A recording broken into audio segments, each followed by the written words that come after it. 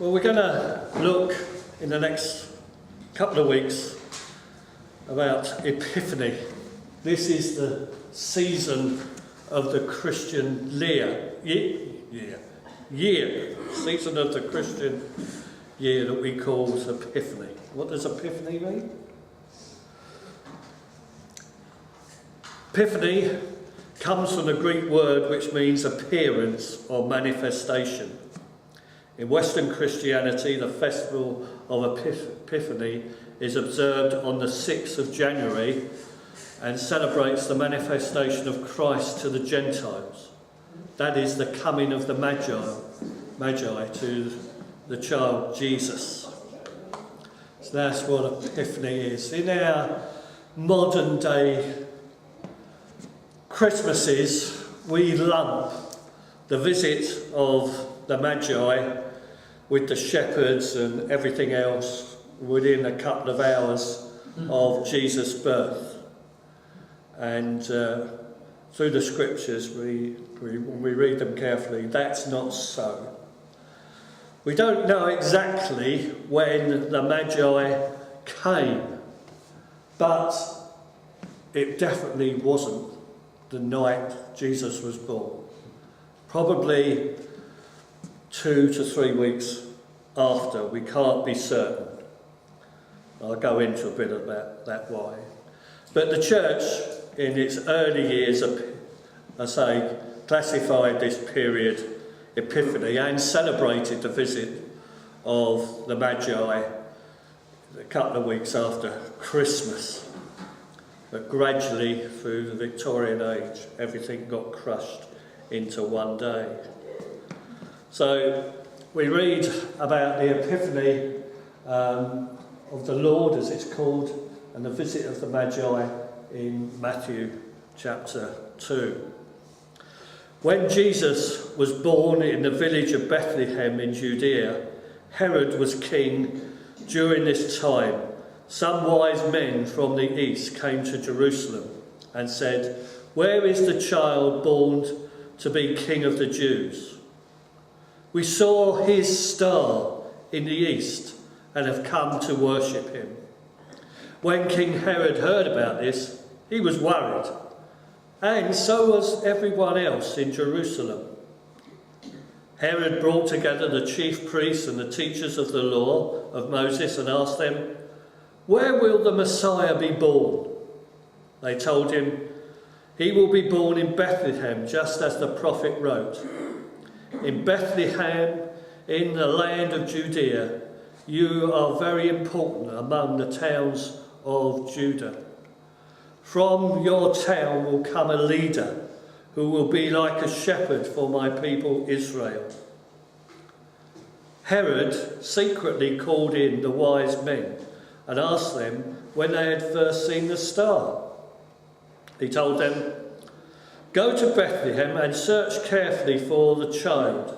As soon as you find him, let me know. I want to go and worship him too."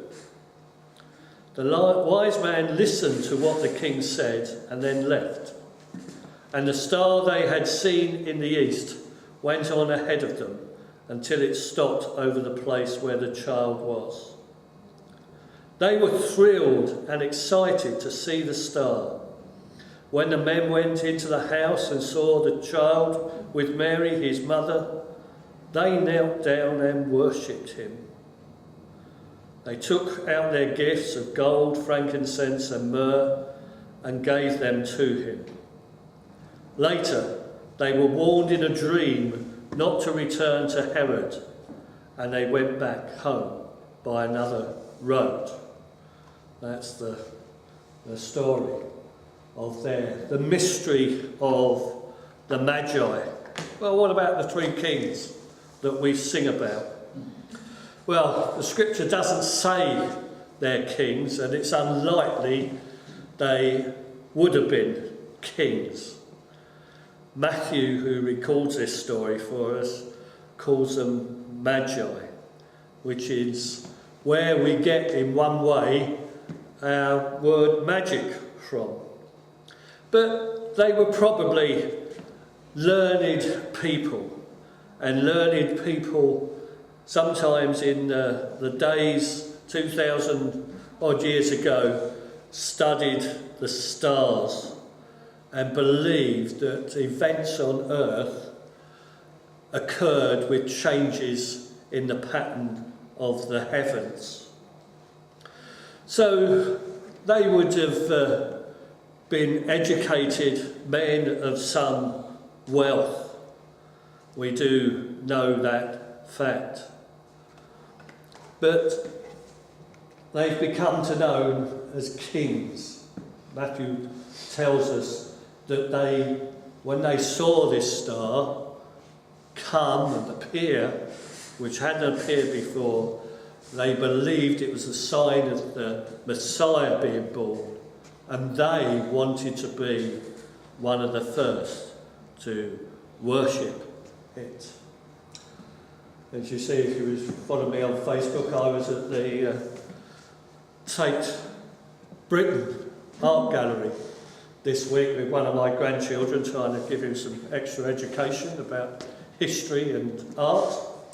And one of the galleries set aside in the Tate Britain is a gallery of William Blake, who's one of our most well-known artists of the late 19th and early 20th century. And if we look at his painting about the adoration of the Magi, this is typical of the Victorian age, of their understanding of Christmas. You get the idea that these are kings because of the carol, because he paints these men bowing down to the baby Jesus in the stable, with Jerusalem and the star in the background on the left, but they're wearing crowns, and there's three of them. But if you notice, when I read the scriptures, nowhere did it say there were three kings or three magi. But people have presumed, because there were three gifts, there must have been three people presenting these gifts to Jesus. But it's not so. That's not so. There could have been more, there could have been less. It's just one of those things. But I suppose it doesn't do any harm to think there were three of them, because there were three gifts. But that's not the point. It's not that there were three magi that came to worship Jesus with three gifts. But the three gifts are very important. We'll come to them a bit later. Well, the thing of this thing was the three kings, we asked. Where did they actually come from? It says the east. No further information about that. But we do know that in Babylon there were quite a large fraternity of learned men who studied the stars, and it was a learning culture, very much like our Oxford and Cambridge were. It had universities, or the forerunner of universities in those days, where people gathered to study the stars and religion. But of course the other thing is why would a group of non-Jewish people want to worship a Jewish Messiah? Well, the thing that we have to connect with that, and can connect with it, of course, it was the prophet Daniel, who was a very eminent prophet in Jewish history, remained in Babylon after the exile finished. In about 580 BC, the Jewish people were exiled to Babylon by King Nebuchadnezzar, and he took all the learned people with him to Babylon. And Daniel was one of those young learned men who actually remained in Babylon. He didn't return with some of the exiled people after the 70 years. So there may be a remnant of people who were learned and had got some connection to Jewish religion and culture in Babylon, along with others. Now, if you've been to any nativity play, you will always know that the names of the three kings were Balthasar, Malachi and Caspar. Well, where did they come from? Because they're not written in Matthew's account either, or in any other literature. But we do know about 200 years after Christ's birth, some of the early fathers, that's the early leaders of the church, did start to give these people names, so we've no idea where they actually came from, but you know, that's where it began. It's not scriptural, the names of the Magi at all. They came from Babylon. It says they came from the east, they came from a long way away, and if they was going to Bethlehem, they would have come very much over the trade routes from that sort of ways. Babylon's over here, and the way that they went would have been gone up the Euphrates River and down the coast, avoiding the desert. That would have been a very dangerous place to cross. But if you go up and down, and of course if you come down from the north in Israel, you get to Jerusalem first. So they would naturally making their way to Bethlehem, although they weren't too sure where it was, but certainly they ended up in Jerusalem because they followed this star.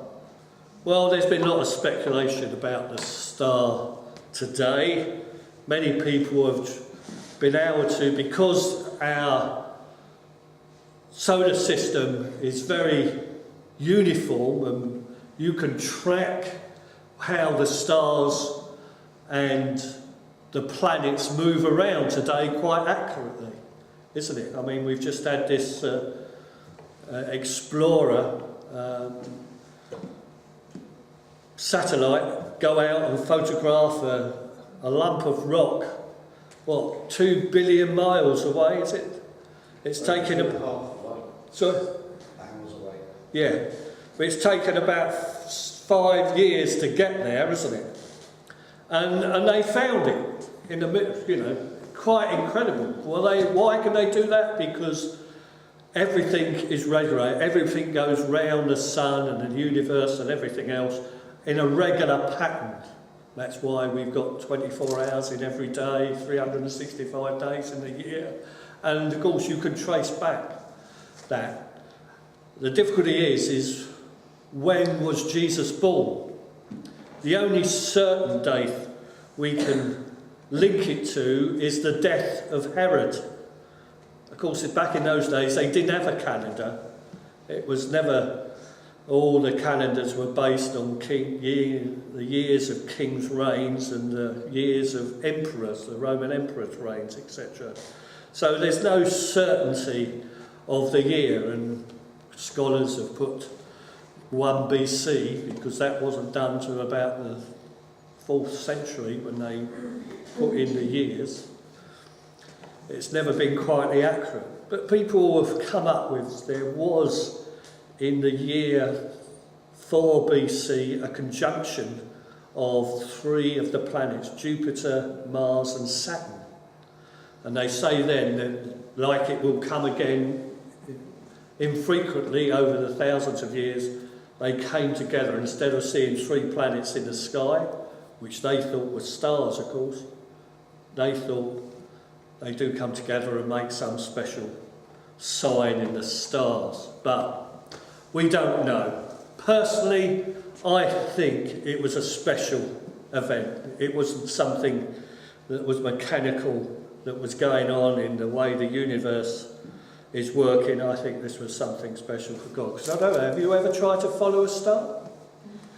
Well, we'd have a terrible job in this country because we can't see most of them, can we? Because of the light pollution and the smog and all that. But we can be pretty sure back 2,000 years ago, everybody in the world would have a clear view of the stars.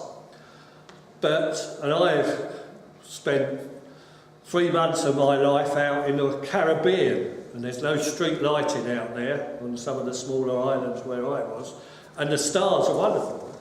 You could, absolutely, you could see millions of stars, whereas here you only see a few, don't you? You see millions of stars. So people would have been able to see the stars with their naked eye, no telescopes or anything around there. So I think it would be pretty hard trying to follow a planet. Now we know now the stars don't move, basically, but the planets do. So it must have been, if they was following something, it must have been a planet. But I'm not too sure about that. But we know. But we do know that the scriptures tell us a star will come out of Jacob, that's the line of Jesus' birth, and will rise in Israel. And the wise men make reference to that. That comes from Numbers 24:17. A star will come and be special.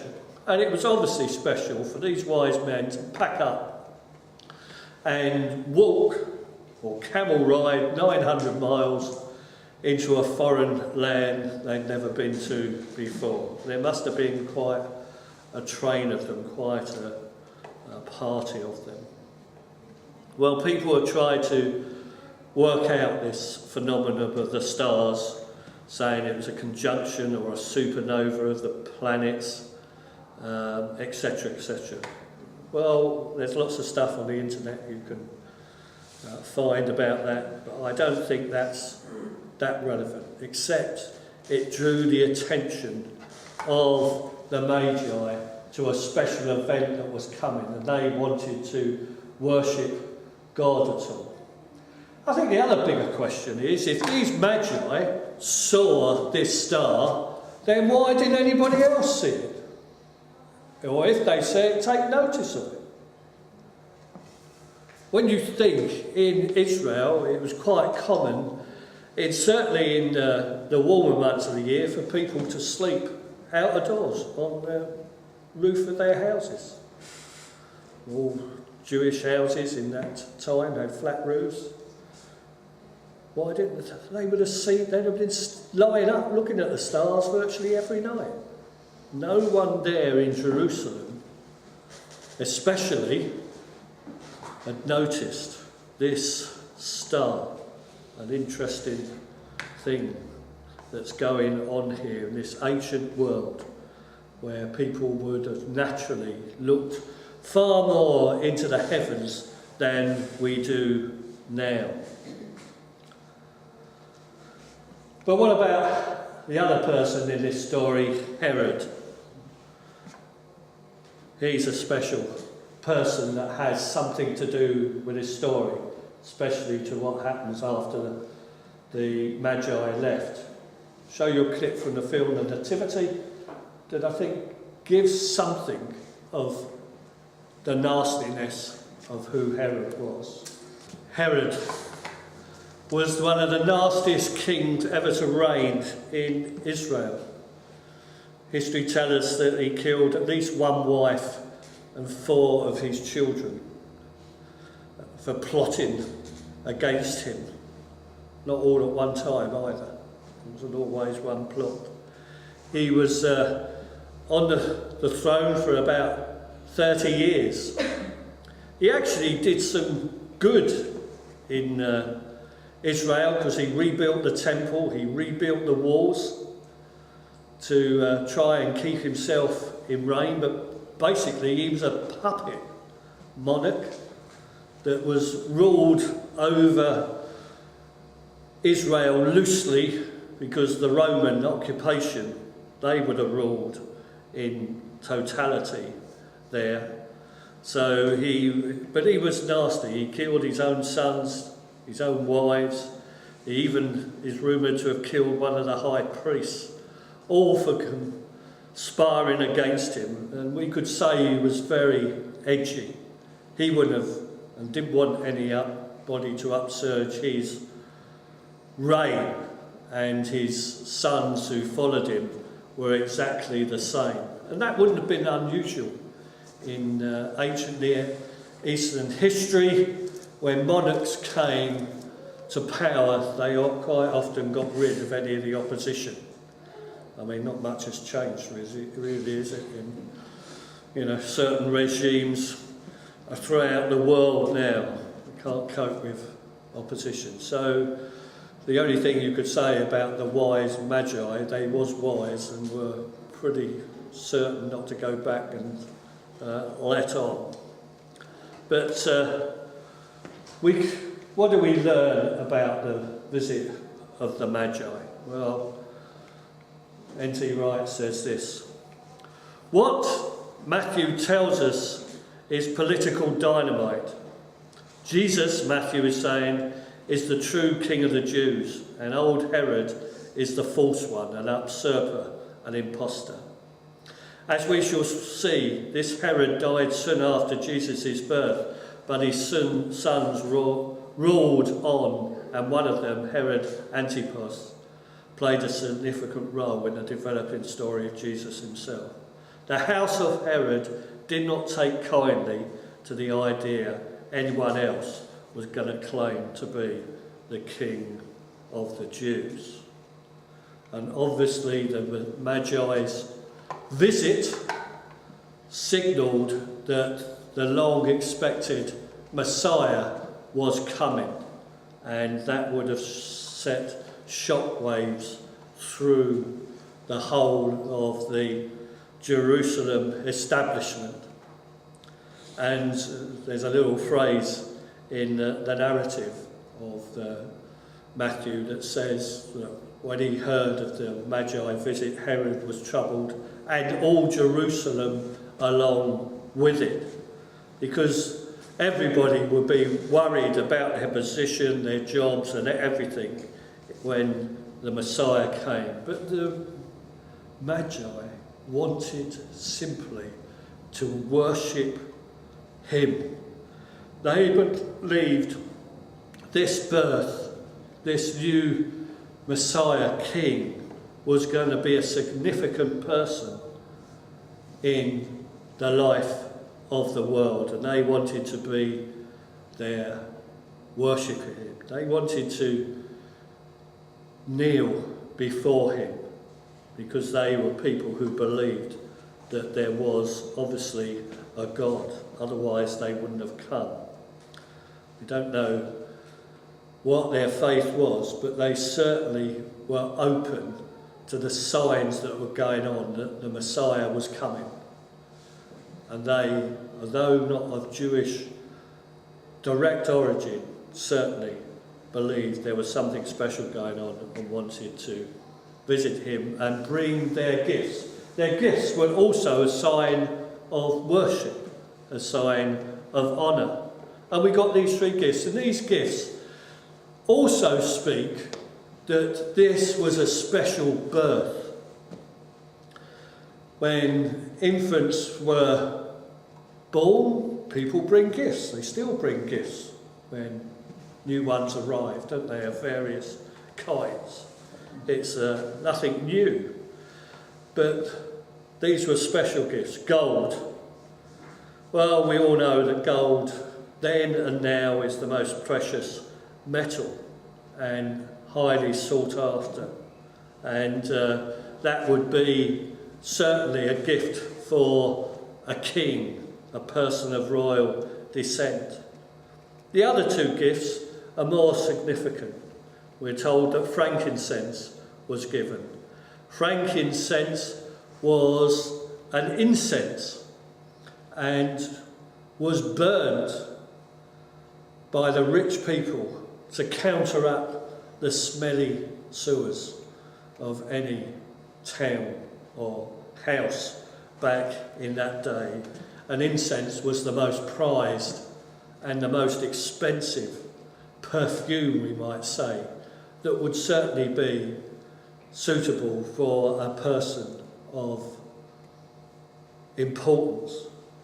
And myrrh This is another, I suppose it's a sap, a cream that comes from, we know it comes from India. Myrrh, very expensive and probably more expensive than the gold and the frankincense put together. But myrrh was an ointment that people anointed kings and special rich people with, because it helped preserve the body and again away, took the smell of a decaying body around there. So 3 very expensive gifts that were suitable, certainly for a king. For an ordinary baby, you would think, just born in a poor home in the Middle East at that time, these would not have been ordinary gifts that would have been received like us today. But these gifts spoke of the royalty and the specialness of Jesus' birth that had been understood by these 3 people outside Israel. And of course, also being outside Israel, there's also a sign here that God is coming, the Messiah is coming, not to the Jewish people, but to the world, isn't it? So 3 special gifts, and they reveal, the Magi story reveals to us that Jesus is the long-expected Messiah. And then we come on to the next bit. After the wise men had gone, an angel from the Lord appeared to Joseph in a dream and said, "Get up, hurry, and take the child and his mother to Egypt. Stay there until I tell you to return, because Herod is looking for the child and wants to kill him." That night, Joseph got up and took his wife and the child to Egypt, where they stayed until Herod died. So the Lord's promise came true, just as the prophet has said, "I called my son out of Egypt." When Herod found out that the wise men from the east had tricked him, he was very angry. He gave orders for his men to kill all the boys who lived in or near Bethlehem and were 2 years old and younger. This was based on what he had learned from the wise men. So the Lord's promise came true, just as the prophet Jeremiah said. In Ramah, a voice was heard crying and weeping loudly. Rachel was mourning for her children, and she refused to be comforted because they were dead. So at the heart of this story that Matthew recalls, there's a baby that's been born that is a massive threat to the people in power at the time. And they were prepared to act horribly to try and kill this child that was born. So they've killed many children in Bethlehem and the surrounding neighbourhood, I would suggest, to try and wipe out the child that was going to be the Messiah, the one that would threaten the kingship and the establishment leadership of Israel at the time. Quite sad, but God had worked his purposes out and had led not only the wise men to show their adoration of him, but had spoken to them in dreams not to go back to Herod, and then spoken to Joseph again to lead his family into Egypt. And if we think of it, these gifts that they had received was how the family survived in Egypt. And I suspect they would have been used and sold to provide their transportation and living in Egypt for a number of years. We're not too sure how long they remained in Egypt, but they remained long enough for Herod to die and the memory of the slaughter of the children, I'd imagine, to die down a bit before they returned. So the Magi are very important in the Christian story because God used people who weren't Jewish to come and worship Jesus. God was in the process of making himself known, not just to his people, the Jews, but to the whole world.